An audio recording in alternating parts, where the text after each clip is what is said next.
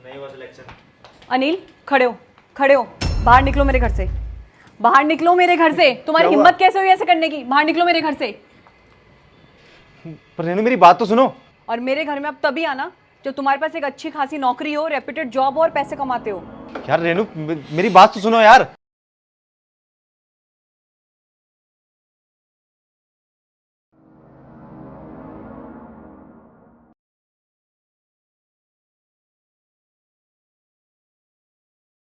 Ma'am साहब, आपसे एक बात पूछूं?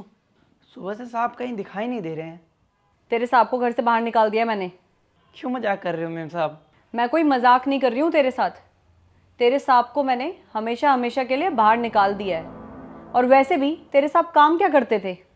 कोई काम नहीं करते थे, नौकरी थी नहीं उनके पास, बेरोजगारों की तरह घर पे बैठे रहते थे। घर की जिम्मेदारी कौन उठा रहा था? मैं। इसलिए मैंने तुम्हारे सांप को घर से बाहर निकाल दिया। मुफ्त की रोटी तोड़ने से अच्छा है बाहर जाके कुछ काम करेगा। मैम साहब देखिए, साहब की हालत तो अभी ख़राब हुई है ना, जब से उनकी फैक्ट्री में आग लग गई है। उससे पहले तो घर का खर्चा, आपका खर्चा सब साहब ही तो उठा रहे थे। अच्छा, उस एक साल के लॉस की वजह से ना सारा बर्डन मेरे ऊपर आ गया था। तुझे पता नहीं है अभिषेक, कितना कुछ झेल रही थी मैं। इस घर की जिम्मेदारियां, उनके खर्चे, अपने खर्चे, बच्चों के खर्चे, बच्चों की पढ़ाई, घर की टेंशन, बच्चों की टेंशन, खाना बनाओ। इतना सब नहीं होता है एक औरत से। इसलिए मैंने सोचा जो बेरोजगार बैठा उसको घर से बाहर निकालो ताकि वो जिम्मेदार नागरिक बन के वापस आए। लेकिन मैम साहब, देख अभिषेक, तू मेरे घर में काम करने आता है, इसलिए वहीं तक सीमित रह। मेरे पर्सनल मैटर में दखलंदाजी मत कर। मैम साहब एक बात बोलूं? छोटा मुंह बड़ी बात। जब आपकी शादी नहीं हुई थी ना, उससे पहले साहब ने मेरी कितनी मदद की आपको बताऊं? मेरी बहन की ना बहुत ज़्यादा तबीयत ख़राब हो गई थी। उसके सारे इलाज का खर्चा पता है किसने दिया? साहब ने दिया था। और उन्हीं साहब को आपने इस घर से निकाल दिया। मैम साहब पिछले 1 साल से ही तो साहब काम नहीं कर रहे, उनकी फैक्ट्री में आग लगने के कारण से। लेकिन आपकी शादी को तो 5 साल हो गए ना। पिछले 4 सालों में उन्होंने आपके लिए कितना कुछ किया, आप कैसे भूल गई मैम? आपसे कितना प्यार करते थे। आप बस एक बार जिक्र करते थे किसी सामान का, वो आपके सामने ला कर रख देते थे। और उन्होंने उन्होंने कभी अपने लिए कुछ नहीं किया। उन्होंने अपने ऊपर कभी खर्च नहीं किया। उन्होंने आप लोगों की ज़रूरतें पूरी की, इस घर की सारी जिम्मेदारियां उठाई। और आज आपने उन्हीं साहब को घर से बाहर निकाल दिया। आग लगने से पहले मेरी बीवी को ना डेंगू हो गया था, 10 दिन तक बीमार थी। मैं भी उसके साथ ही था उस हॉस्पिटल में। पर साहब ने ना मेरी एक दिन की भी पगार नहीं काटी, बल्कि मुझे पैसे दिए और ये कहा अपना और अपनी बीवी का ख्याल रखना। किसी चीज़ की ज़रूरत होगी तो प्लीज़ मुझे बताना।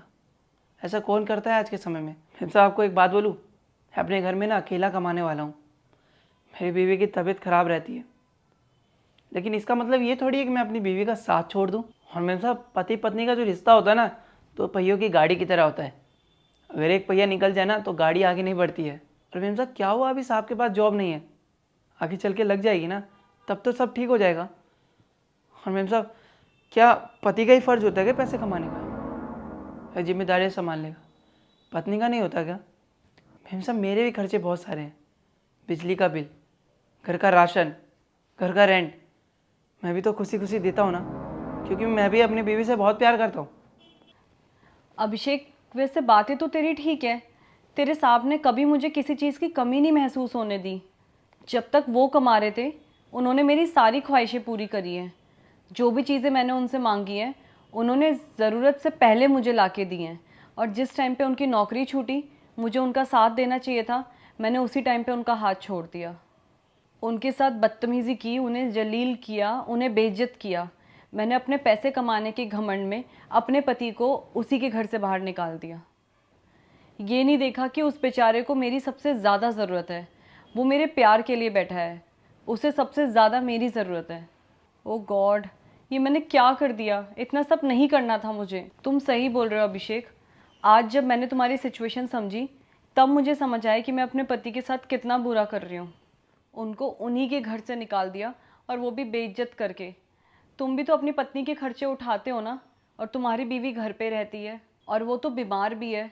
और यहाँ मैंने अपने पति के खर्चे कुछ महीनों तक उठा लिए, कुछ सालों तक उठा लिए, तो मुझे बोझ लगने लगा। और वैसे भी पति पत्नी का रिश्ता तो होता ही दो पहियों की तरह है, अगर एक ना चले तो दूसरा भी बैठ जाता है। और अभिषेक, आज तुम्हारी वजह से मेरे अंदर ये चीज़ आई है, वरना मैं तो अपने घमंड में बहुत चूर थी। मैं अपने पति को वापस पाना चाहती हूँ। मेरा पति बेचारा कहाँ होगा, किस हालत में होगा, उसने खाना खाया होगा या नहीं। उन्हें अभी फ़ोन करके घर पे बुलाती हूँ, क्योंकि ये जितना मेरा घर है उतना उनका भी है।